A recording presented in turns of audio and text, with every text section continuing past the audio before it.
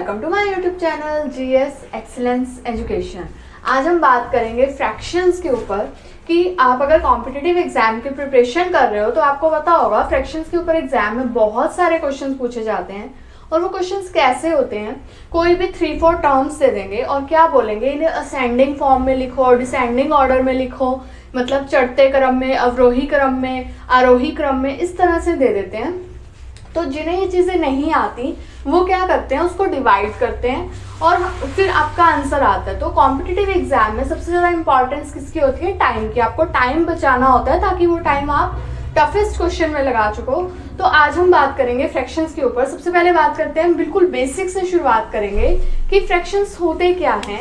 जो भी कोई भी टर्म मैथ्स की P/Q की फॉर्म में होती हैं वो हमारी फ्रैक्शंस कहलाती हैं। और कितने टाइप की होती हैं, वो 3 टाइप्स की फ्रैक्शंस हम बात करेंगे। सबसे पहले एक होती है प्रॉपर फ्रैक्शन, जिसमें आपके जो नीचे डिनोमिनेटर होता है वो बड़ा होता है एज कम्पेयर टू न्यूमरेटर। तो क्या होता है, जैसे 4/11, तो ये क्या है, 11 बड़ा है 4 से, अंश से बड़ा क्या होना चाहिए, हर। तो ये आपकी प्रॉपर फ्रैक्शन कहलाती है। इम्प्रॉपर फ्रैक्शन क्या होती है, जिसमें आपका जो हर होता है वो छोटा होता है किससे, अंश से। लाइक यहाँ पर होगा 8 और यहाँ पर होगा 3, तो ये आपकी क्या होगी, इम्प्रॉपर फ्रैक्शन।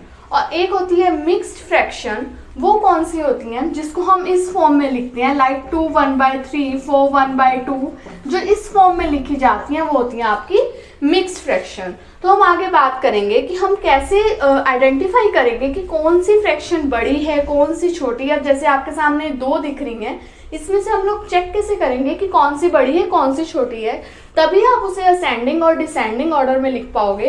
तो शुरू करते हैं।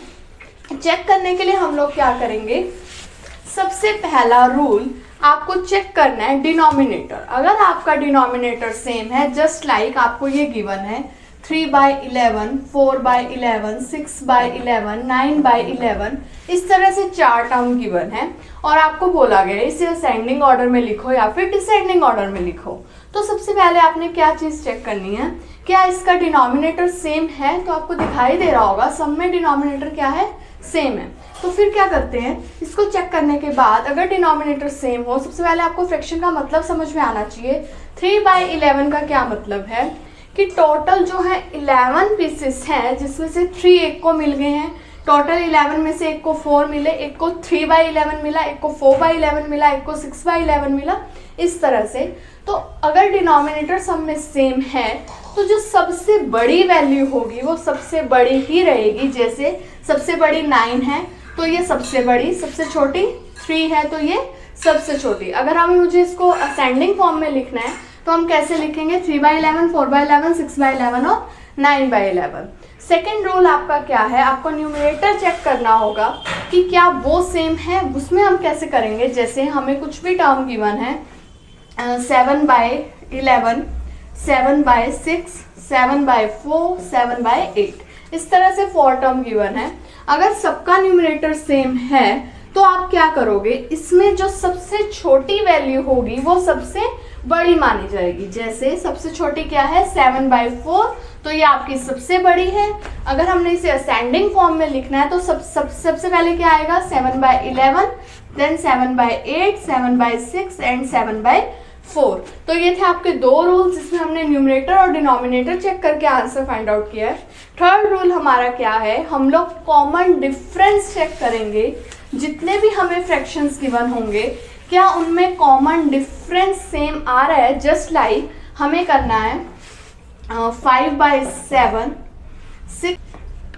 7/9, 11/13, इस तरह से। अब चेक करो क्या इनमें डिफरेंस सेम है। जैसे 5 और 7 के बीच में 2 का डिफरेंस है, 7 और 9 के बीच में 2 का डिफरेंस है, 11 और 13 के बीच में 2 का डिफरेंस है। तब हम क्या करते हैं, इसमें जो सबसे बड़ी वैल्यू आपको दिख रही है वो सबसे बड़ी ही होती है। जैसे 11/13 सबसे बड़ा दिख रहा है तो ये वैल्यू सबसे बड़ी होगी, और जो सबसे छोटी वैल्यू होगी जैसे 5/7 तो ये सबसे छोटी ही काउंट होगी।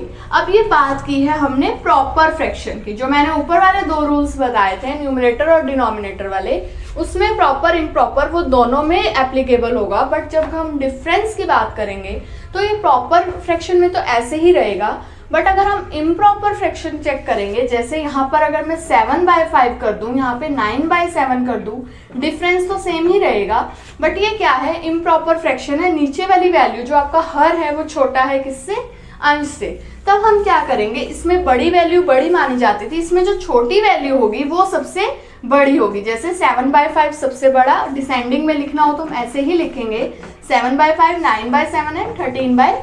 ये हमारे 3 रूल्स थे। अब हम करेंगे जनरल मेथड, जिसमें आपकी हर तरह की जो फ्रैक्शन है वो फाइंड आउट कर सकते हैं कि कौन सी बड़ी फ्रैक्शन में काउंट होगी और कौन सी छोटी। आपको 3 और 4 फ्रैक्शंस गिवन होंगे, उसमें कोई भी रूल एप्लीकेबल नहीं हो रहा होगा।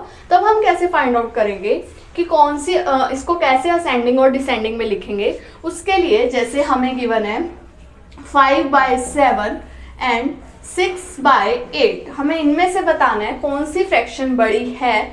तो आप क्या करोगे, इस वाले डिजिट को, जो सेकंड वाला डिजिट है, उसे मल्टीप्लाई करोगे किससे, 5 से। जैसे 8 5 जा 40, देन मल्टीप्लाई करोगे इसको 7 6 जा 42।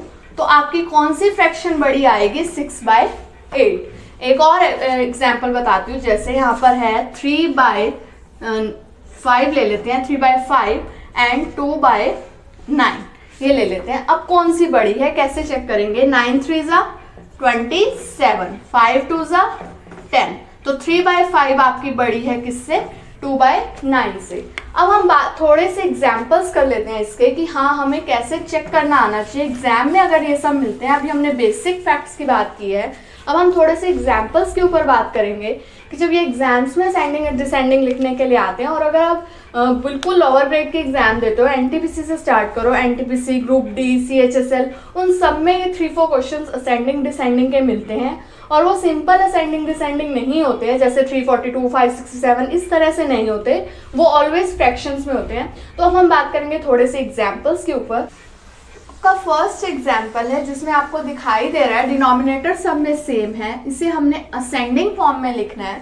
तो जब डिनोमिनेटर सेम होता था, जो सबसे बड़ी वैल्यू होती थी वो सबसे बड़ी ही होती थी, तो सबसे छोटी कौन सी होगी, 13/18, ये आपके फर्स्ट नंबर पे आएगा, ये सेकंड पे, ये थर्ड पे, ये फोर्थ पे एंड दिस इज फिफ्थ पे।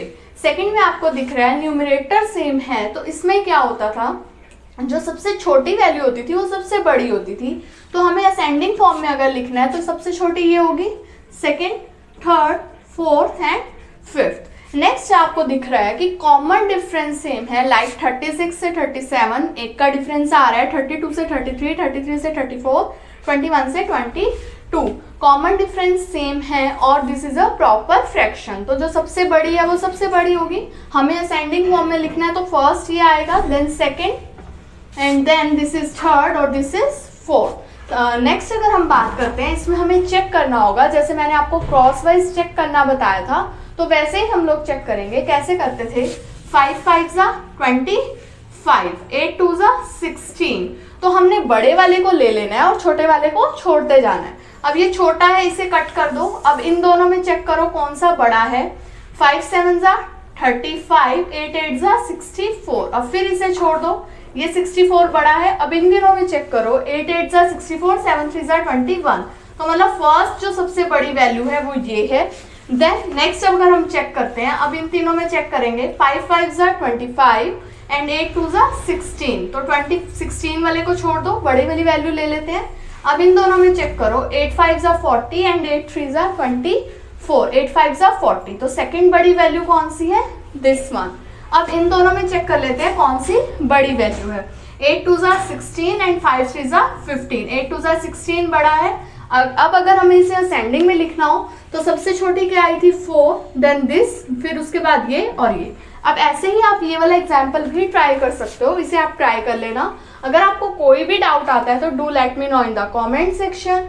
और अगर आपको मेरी वीडियो अच्छी लगी तो इसे लाइक जरूर करना, साथ ही मेरे चैनल को सब्सक्राइब करके बेल आइकन पर प्रेस कर लेना फॉर लेटेस्ट अपडेट। खुश रहो, हेल्दी रहो and thank you so much for watching.